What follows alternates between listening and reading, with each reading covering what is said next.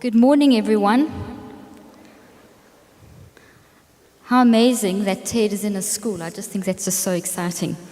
Well, I teach people about the brain, and 30 years ago, I asked a ridiculous question. And it really was a ridiculous question. There's the question. Can the mind change the brain? Now, that was a ridiculous question because the view at that time, and the scientists that trained me and my lecturers, we were told that the brain could not change. So if it was damaged, well, that's it. You just basically had to teach your patients to compensate for these things and to kind of get around the problem. But that seems such a negative thing. So I asked that question, can a brain that's damaged, can it not change, can it not grow? And a brain that's not damaged, can't we make that better? Can't we increase our intelligence? And so I decided to embark on a journey of researching and studying this and applying it in my practice. I was determined to prove that the mind could change the brain, which implies that the mind is separate from the brain but influencing the brain.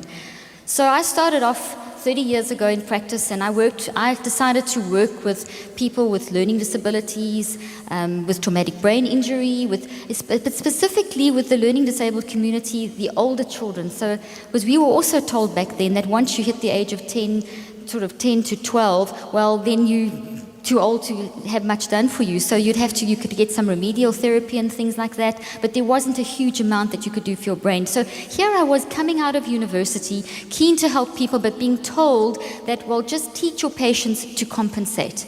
Well, I wasn't going to do that because I didn't believe that that was the best thing to do for anyone. I also know that thoughts are real things that occupy mental real estate, and that as we are thinking, we are choosing and we are building thoughts inside of our brain. I also believe that you're as intelligent as you want to be. So the more you think deeply, the more intellectually challenging the challenges you put in front of yourself, the more you're going to grow your brain. So my first few patients that I worked with in my practice were patients with traumatic brain injury, patients that had suffered from severe car accidents and had severe traumatic brain injuries. I also worked with the older learning disabled population.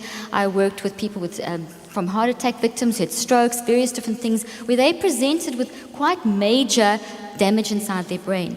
And I decided to throw out all traditional methods and start trying to understand the science of thought and to work with things that actually were meaningful for them. One of the problems with doing the kind of therapy that I was trained to do was something called carryover, where you would teach a patient in a therapy room, give them therapy, and then they would have to carry that over into their daily life, and carryover wasn't very good. So I didn't think that I would be a very good therapist if I couldn't teach them to change their brain and I couldn't teach them to make a difference in their life. So I would ask them the question, what is the most important thing that you need to do? And obviously the students that were at school, they wanted to work on schoolwork. People that had been former businessmen and women that were now sitting with brain damage, they wanted to get back to their former status. So that was my challenge. Traumatic brain injury at that stage, and I talk about that stage, I'm talking 30 years ago, so back in the 80s, where it was not accepted that your brain can change. Traumatic brain injury particularly was a disorder in search of data, which means that the scientists believed at that stage that the damage was so diffuse that you couldn't do anything for their brain. So I started working I had a patient that came to my practice, and this young woman was amazing. She had a terrible, terrible car accident. She was thrown from the car. She was basically in a coma for nearly 2 weeks. And in that day and age, if someone was in a coma for longer than 8 hours, their brain damage was considered irreversible. So her parents were told, the doctors told her parents that she'd be a vegetable. Well, 14 months after her accident, the parents approached me. She wasn't a vegetable. She had come around. She had progressed. She was so determined. She had used her mind. She had pushed through, and she was functioning at around about a 4th grade level. Now, that may sound strange, but she was 16 at the time of the accident. So she had lost 14 months. Her peer group were going into 12th grade, and she was now functioning at around a 4th grade level. So I was really nervous, I have to be honest with you, because I was just embarking on this field of research. I was researching how the science of thought, how thoughts form, that thoughts are real, that as you are thinking and choosing, you're actually building these, causing genetic sympathetic expression in your brain, and you're growing these thoughts in your brain, and how can we do this effectively, and what is can we control our thinking? So I told them, listen, this is experimental, but you can work with me. And 14 months post-accident is also not the greatest time to work with a patient, because they've kind of hit a plateau where they're not really going to progress much more. Long story short, 8 months later, this young girl, not only did she catch up and close that gap, but she went into 12th grade, she wrote 12th grade with her peer group, went on to finish school, she graduated, went on to get a degree, she changed dramatically.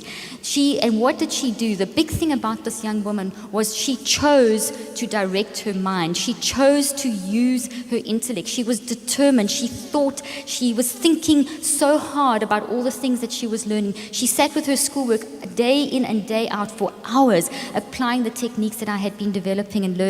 What's very interesting, and you'll see the first slide, is of an IQ, her IQ. Now, with a traumatic brain injury, basically IQ generally goes down around 20 points because of the kind of damage with traumatic brain injury. Well, her IQ was 100 before the accident. It was 120 after the accident. So here, with holes in her brain and brain damage, she actually increased her intelligence. Now I'm pretty convinced at this stage, because I've been working, besides her, I've been working with lots and lots of other patients, seeing the same thing. When these students applied their mind, their brain was changing, their academic results were changing. So I was working on the cognitive side, on the academic side, showing them how to process this information, how to read, how to think, how to ask, answer, and discuss their way through information, how to write that down and capture that information, how to make sure that they could go back and compare what they had written down and look at the original work and do they understand and does this make sense. And then being able to reteach that and explain it. I was explaining these students, and we would spend hours working through these techniques and applying it to their schoolwork, and I saw change all over the place. So then I thought, well, this is great, this is wonderful. I'm seeing these incredible changes, and up here on the stage what you'll see are 2 plants, and this green plant over here represents a healthy thought, and the little black tree over there represents an unhealthy thought. So, or a toxic thought from either a negative emotion or from a bad learning pattern. And what I believe, if you study the brain, you can actually see that thoughts, as your thoughts are forming in the brain, they form on your neurons, and they look like trees. So I really believed at that stage that as you were using your mind, you could change your brain. Now, in the 90s, with the advent of brain imaging technology, this was proven. So back in the 80s, to change your brain with your mind was crazy, but in the mid-90s and now, it's totally normal. You hear people talking about neuroplasticity all the time. Neuroplasticity means your brain can change. Neuro means brain, plastic means to change. So your brain is designed to change, but it has to be stimulated to change. You also get something that we understand now called neurogenesis. Neuro meaning brain, genesis meaning new birth. So we are constantly on a day-to-day basis growing new brain cells. So if we have a malleable brain, and if we are constantly growing brain cells, the more you actually direct your mind, the more your brain's going to grow. So the harder you think, the deeper you think, the more you ask, answer, and discuss through information, the more you grow your brain, the more intelligent you become. Logical deduction. Not back in the 80s, it was ridiculous back then. But as I said, it's accepted now. Collectively around the globe now, researchers are proving that no matter what kind of neurological, psychological impairment you have in your brain, and even if you just want to improve your own brain, by deep intellectual thinking, you can change your brain with your mind.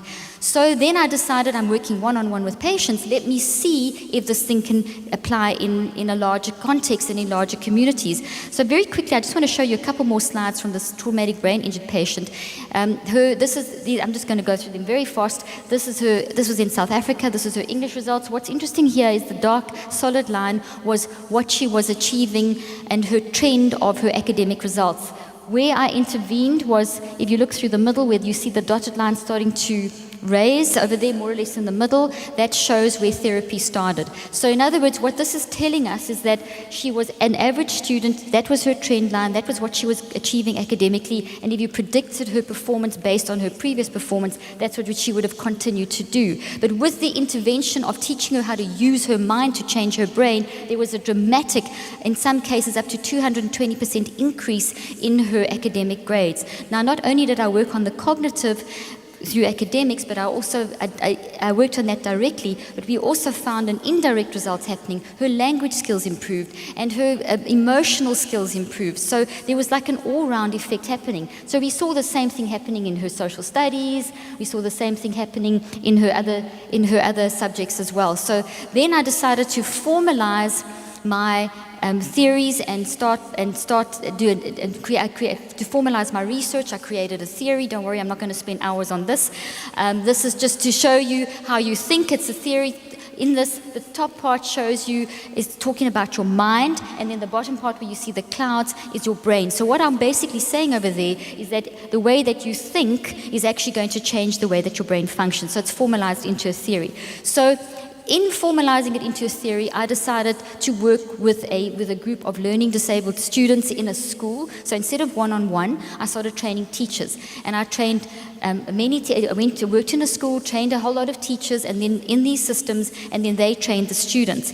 Now, I wasn't sure if this was going to have the same impact, because at this point I'd been working one-on-one. Well, I'm happy to tell you that we had the same kind of results. If we get this back. Okay, we had an incredible result as well.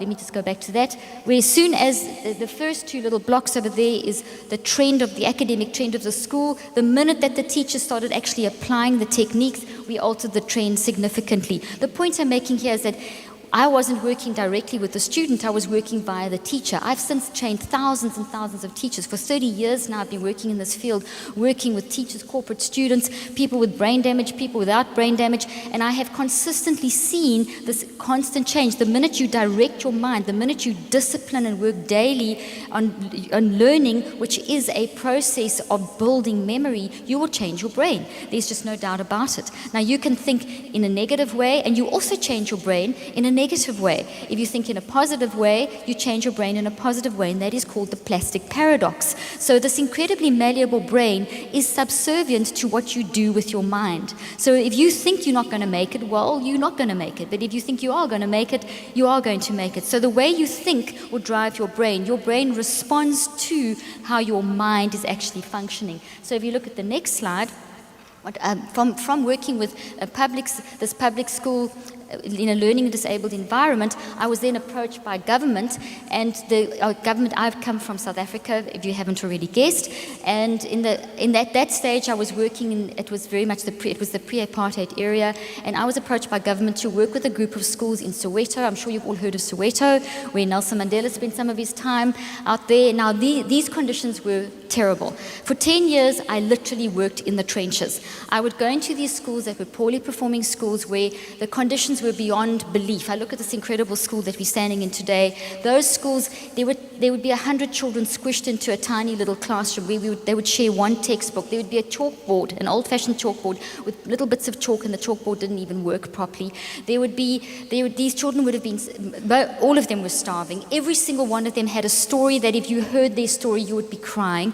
Most of them didn't have parents. Their parents had died of AIDS. Most of them had some kind of trauma in their life, shocking conditions. Most of them hadn't eaten a decent meal for a few days, yet they sat there listening, completely absorbed. I would go into these schools and I would work for 5 hours at a time. Do you know that they would not move for 5 hours?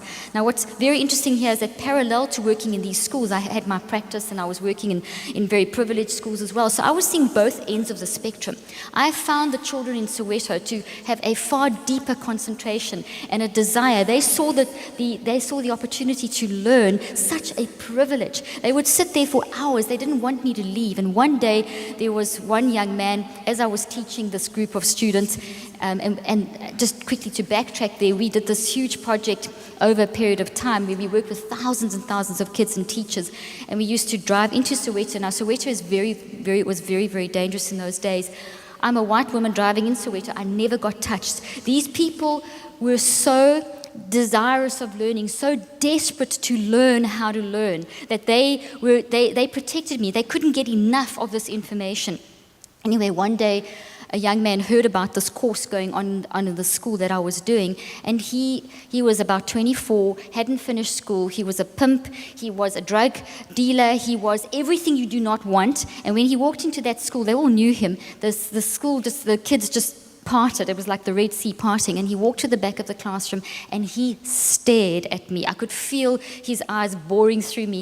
And I could think, as I was talking and explaining, this is how you learn, it's how your brain works, and how intelligence works, and this is how we do this biology, and going through the process of reading, how we process and read the information and answering and discussing, and these children are interacting with me, we're going through this whole thing, and he's staring at me and staring at me and staring at me. And what went through my head, I have to confess, was, boy, when I leave here, I better watch my back, because this young man is not happy that I'm here today.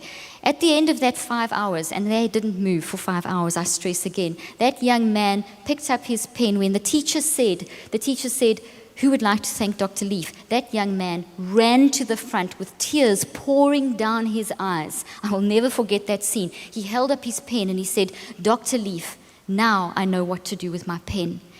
He went back to school, he completed school, he went on to become a change agent within his community, and that's one of thousands and thousands of stories that I have been privileged to be part of. One of my oldest patients was a 78-year-old pilot who couldn't fly anymore, so he went and studied his second profession at 78, which was to be a CPA, and he qualified at 84. I mean, how cool is that? He asked me to give him a certificate when he went to apply for his job, so that he had done this course. So my children, my lab rats, I call my children and my husband my lab rats. They're sitting at the front here. They're very friendly. They don't bite, so you can say hello to them if you want to. They grew up with this stuff. I've used this stuff my whole life. What is this stuff?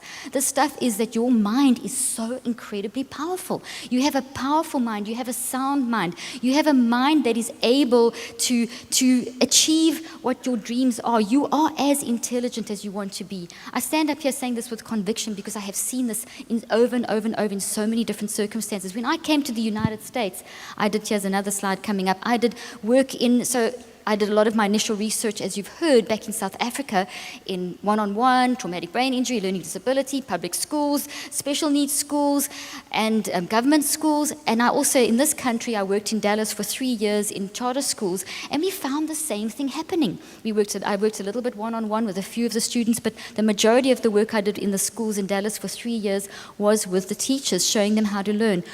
When you direct your attention, when you apply a disciplined, directed, deep focused thinking, when you sit down with your whatever it is that you are learning, whether it is on a university level, school level, business level, whatever you are looking at, whatever you are studying, whatever knowledge it is that you are trying to master, when you sit down with your mind and you direct your attention, that repeated effort, when you direct your attention in a repeated way, will cause learning to take place. Learning is a process of building thoughts inside of your brain. You're a thinking being. You think all day long. You are always thinking.